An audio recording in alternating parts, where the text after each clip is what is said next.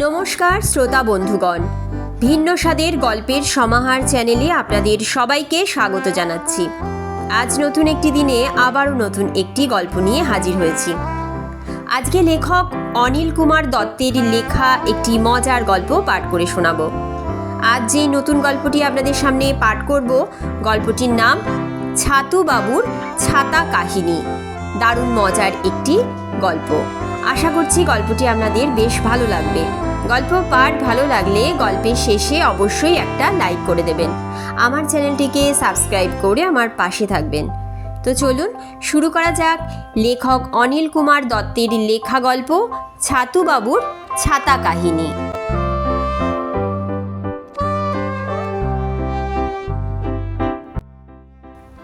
10 ঘরা গ্রামের ছাতুবাবু বলতে 10খানা গ্রামের লোক এক ডাকে চেনে। ফর্সা ধপধপে রং, নাদুস নুদুস বেটে খাটো গড়ন, মাথা ভর্তি চকচকে টাক, জ্বালার মতো ভুঁড়ি, সর্বময় একেবারে আলু ভাতে মার্কা একটি চেহারা। ছাতুবাবুর আসল নাম কিন্তু ভ্রুকুটিরাম তলাপাত্র। সব সময় ছাতা বগলে দেখত বলে লোকে তাকে ছাতুবাবু বলে ডাকত। এতে তিনি কখনো কারো ওপরে রাগ করতেন না, বরং দাদামশায়ের স্নেহমাখা ছাতাটির সঙ্গে বাবু যোগ ফলে তার বেশ গর্বই হতো। এ ছাতা যা তা নয়।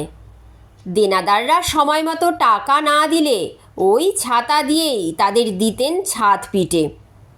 পথের কুকুর পর্যন্ত ছাতুবাবুকে ছাতা বগলে আসতে দেখলে ল্যাজ গুটিয়ে অন্য রাস্তা ধরত। দিনান্তে একবার ছাতাটা পাড়া ঘুরে এলে অন্তত 7টা তালি পড়ত, আর সে তালিগুলো দুপুরে খাওয়া দাওয়ার পর সারতে হতো ঠাকুরদার পরিত্যক্ত এক ডাঁটিওয়ালা পুরনো চশমাটা দড়ি দিয়ে কপালে বেঁধে। এ ছাতা তার কাছে বড় পয়মন্ত। হেতালখালিতে মামার বাড়ি গিয়ে দিদিমার কাছ থেকে অনেক অনুনয় বিনয় করে চেয়ে এনেছিলেন কটা লোহার শিক আর বাঁশের ডাঁপটা। ছাতার কাপড় বলতে প্রায় কিছুই ছিল না, ইঁদুরে কেটে তছনছ করেছিল। মাঠ গুদামে তোলা ছিল মান্ধাত্তার আমল থেকে, ধুলো ময়লা ঝেড়ে অনেক কষ্টে পেরে এনেছিলেন, যদিও ওতে কোনো কোম্পানির ছাপ ছিল না। তখন থেকেই তাই ছাতুবাবু ওই ছাতার থার্ড হ্যান্ড ওনার। প্রকৃতপক্ষে এ ছাতার মালিক ছিলেন ছাতুবাবুর দাদামশাই নবকিশোর গুহ। চতুর্থ পক্ষের স্ত্রী মোক্ষদা সুন্দরীর গলায় দড়ি দিয়ে আকস্মিক মৃত্যুতে ষোড়শ উপচারীর শ্রাদ্ধে ষোড়শ দানে দিয়েছিলেন নগদ 2.5 পয়সায় কিনে মাখমপুরের হেরম্ব আচার্যি মশাইকে। আচার্যি মশাই শ্রাদ্ধ সেরে পোটলা পুটলি বেঁধে গোয়াল ঘরের আগরের পিছনে ঝুলিয়ে রেখেছিলেন ছাতাটি। ভুলে চলে গিয়েছিলেন। পথে নৌকা ডুবিতে আচার্যি মশাই বৈতরণী পার হয়েছিলেন। পরে খবর আসে নবকিশোরের কাছে। সেই থেকেই নবকিশোর নির্বিবাদে ছাতার ওনারশিপটি পেয়ে যান। ছাতুবাবু ছাতাটি কখনোই হাতছাড়া করেন না। সমবয়সী হরেকৃষ্ণ চাটুর্যে একবার ঠাট্টা করে বলেছিলেন, আচ্ছা ছাতু, কুটুমবাড়ি পাল পার্বণ কাজে কমে সবেতেই তোমার ও ছাতাটি বগল দাবা দেখি, ব্যাপার কি? উত্তরে ছাতুবাবু বলেছিলেন, এ আমার বড় পয়মন্ত ঠাকুরমশাই, সব কাজেই জয় জয়। চাটুর্যে মশাই হেসে বলেছিলেন, দেখো শেষের দিনেও যেন হাতছাড়াটি না হয়।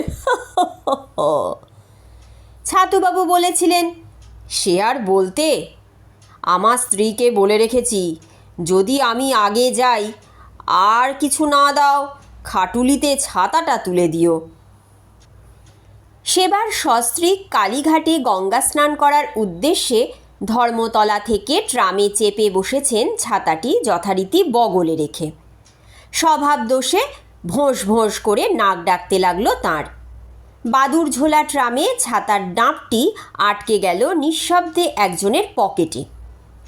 মমিনপুর আসতেই ছাতুবাবুর চিরসঙ্গী এক টানে লোকটির সঙ্গে চলে যাচ্ছে দেখে স্ত্রী হেমলতা চিৎকার করে উঠলেন, হ্যাঁ গো, তোমার ছাতা যে লোকটা নিয়ে পালাচ্ছে, ওগো তোমরা গাড়ি বাঁধো। হতচকিত হয়ে ছাতুবাবু এক লাফে ধরেছেন ছাতার অন্য প্রান্তটি একেবারে ট্রাম লাইনের ওপরেই। দুজনের মধ্যে জোর বাক বিতণ্ডা শুরু হয়ে গেছে। লোকটি বলে উঠল, ছাতা দিয়ে পকেট হাতড়ানোর চেষ্টা, পুলিশ ডাকবো? ছাতুবাবুও ছাড়ার পাত্র নন, বলে উঠলেন, বলো কি হে, আমি আসছি মায়ের মন্দিরে পুজো দিতে, আর আমাকে চোর বলা হচ্ছে? ছ্যাঁচোর কোথাকার! প্রচণ্ড উত্তেজিত হয়ে তিনি শ্রীচরণের টায়ার কাটা চপ্পল খুলে লোকটিকে মারতে উদ্যত হলেন। উল্টো দিক থেকে আসা ট্রাম গেল থেমে। সবাই হাসাহাসি শুরু করেছে ওদের কাণ্ড দেখে।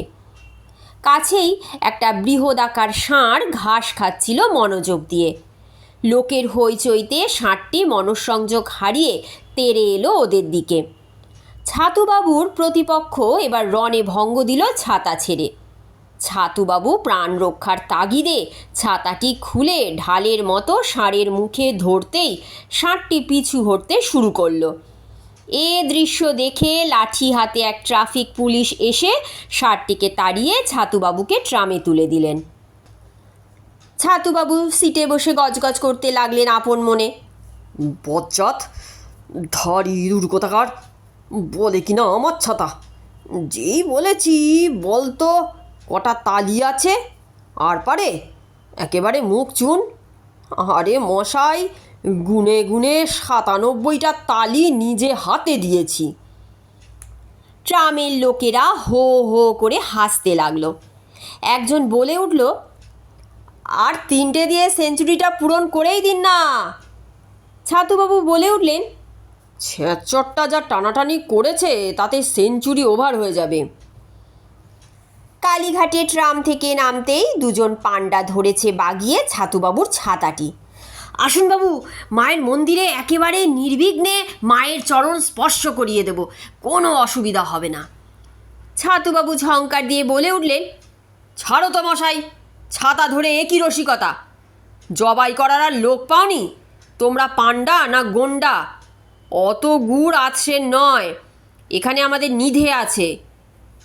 পাণ্ডা দুজন ছাতুবাবুর ছাতা ছেড়ে ওর মুখের দিকে তাকিয়ে রইল। বললেন, পাণ্ডাগিরি করো আর নিধেকে চেনো না? নিধিরাম আমার পাড়ার লোক, মাতৃভাণ্ডারে থাকে, ওই সব ব্যবস্থা করে। পাণ্ডারা বলে, এত কথার দরকার কি, সকালবেলায় বৌনিটা কেটে দিলেন। ছাতুবাবু, আমাকে আর কালীঘাট চিনিও না। সেবার বাবার সঙ্গে এসে জোড়া পাঁঠা বলি দিয়ে গিয়েছি আটনের তালগাছের মামলায় জিতে। মা আমার বড় জাগ্রতা। বলে মন্দিরের দিকে ছাতা তুলে প্রণাম জানালেন। অগত্যা পাণ্ডারা মুখ ভেঙছে বলে গেল, যাও যাও, ওই ছাতাই তোমায় নাচাবে। মাতৃভাণ্ডারে নিধিরামের খোঁজ পেয়ে ছাতুবাবু ওখানেই ছাতা ও অন্যান্য জিনিসপত্র রেখে গঙ্গার ঘাটে ভিড় ঠেলে স্নান তর্পণ সারতে গেলেন। স্ত্রীকে বলে গেলেন জিনিসপত্রগুলো লক্ষ্য রাখার জন্যে। ট্রাম বাসের ধকলে অসুস্থা হেমলতা যাত্রী আবাসে বসে ঝিমোতে লাগলেন। এদিকে যথারীতি স্নান তর্পণ সেরে ফিরে এসে ছাতুবাবু লক্ষ্য করলেন যে শায়িত হেমলতার পাশ থেকে তার ছাতাটি অদৃশ্য হয়েছে। ছাতার খোঁজে চেঁচামেচি শুরু করে দিলেন ছাতুবাবু। স্ত্রীকে অযথা ২-৪ কথা বলেই ফেললেন। আমি পিতৃশ্রাদ্ধ করতে গেছি আর তুমি আমার ছাতা শ্রাদ্ধ করে বসে আছো? বলি এত ঘুম কিসের? হেমলতা ফুপিয়ে ফুপিয়ে কাঁদতে শুরু করে দিয়েছেন। দোকানদার বলে উঠল, ছি ছি ছাতুবাবু, সামান্য একটা ছাতার জন্যে মহাতীর্থে এসে মায়ের চোখে জল ফেলাচ্ছেন। ছাতুবাবু আরও রেগে বলে উঠলেন, আমাকে মাতৃভক্তি শেখাচ্ছ? যত সব ভণ্ড, মায়ের মন্দিরে পুজোর ডাবায় ভেজাল কমতা বাসি পচা দিয়ে যাত্রী ঠকাচ্ছ আর আমাকে ভক্তি শেখাচ্ছ? বলি, তোমার পরিবারকে কি তুমি মাথায় তুলে রাখো? দোকানিও সহজ লোক নয়, পাটায় দাঁড়িয়ে বলে উঠল, এত সাহস আমার দোকানে দাঁড়িয়ে কিনা আমাকেই গালাগাল। ওদের চিৎকারে লোকজনের ভিড় জমে গেছে। ভ্রাম্যমাণ এক পুলিশ এসে ব্যাপারটা নিষ্পত্তি করতে চাইল। সামান্য একটা ছাতার জন্য এত চিৎকার কিসের? ছাতুবাবু ফুঁসে উঠলেন, ছেঁড়া থেকে শত তালি মারা থাক, সে তো আমার ছাতা, আমি ওর দোকানে জমা রেখেছি মশাই। উনি কি মাল হজম করে দেবেন? এই কি শহরের দোকানদারদের চরিত্র? মা কি তাঁর থানে চোর পুষেছেন? দোকানি পুলিশকে উদ্দেশ্য করে বললেন, দেখুন স্যার, আপনার সামনে আমাকে চোর বানাচ্ছে। এমন সময় নিধিরাম ছাতুবাবুর ছাতাটি হাতে দোকানে এসে হাজির। ছাতুবাবু লাফিয়ে উঠে ছাতাটি ধরে বলে উঠলেন, হ্যাঁ রে নিধে, তোর মনে এই ছিল? নিধিরাম পুলিশ ও লোকজন দেখে ঘাবড়ে গিয়ে বলল, এত গোলমাল কিসের? আমি তো ছাতাটা নিয়ে একটু প্রস্রাব করতে গিয়েছিলাম। এই নাও তোমার স্বাদের ছাতা। আমি কি অন্য কারো ছাতা নিয়েছি? তুমি আমার গ্রামের লোক, তাই ভুল হয়েছে কাকিমাকে না বলে নিয়ে যাওয়া। উনি তো ঘুমোচ্ছিলেন। ছাতুবাবু সহাস্যে স্ত্রীকে বললেন, আমার ঘাট হয়েছে অত লোকজনের সামনে তোমাকে দু কথা বলা। চলো চলো, বেলা হয়েছে, কিছু খেয়ে নি। খাওয়া সেরে ছাতুবাবু ট্রাম রাস্তায় এসে ভাবলেন পোলটা পার হয়ে গোপালনগরের মোড় থেকে গাড়িতে উঠবেন। আগে আগে চলেছেন ছাতুবাবু, পিছনে স্ত্রী হেমলতা। পোলের মাঝামাঝি এসে স্ত্রীকে বললেন, ওই দেখো কেওড়াতলা, ধোঁয়া উঠছে, ওখানে সৎকার করে। স্ত্রী থমকে দাঁড়িয়ে গেলেন। দু হাত তুলে প্রণাম করে মনে মনে বললেন, মাগো, মরে গেলে যেন এখানেই আমার ঠাঁই হয়। ছাতুবাবু বলে উঠলেন, কি অত বিড়বিড় করে বলছো? নিচে মা গঙ্গা বয়ে চলেছেন, এই পয়সাটা জলে দিয়ে প্রণাম করো। নিজে আরও একটি পয়সা হাতে পোলের রেলিংয়ে ঝুঁকে যেই প্রণাম করতে গেলেন, অমনি বগল থেকে ছাতাটি ফসকে একেবারে মা গঙ্গার বুকে। তখন জোয়ার কানায় কানায়, জলেও তেমন স্রোত।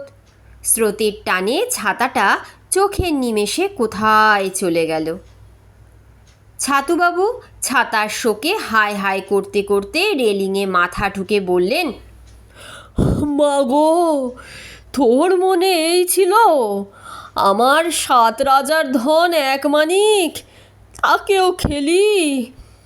এবার যখন আসবো তোকে চাল কুমড়ো বলি দিয়ে যাব।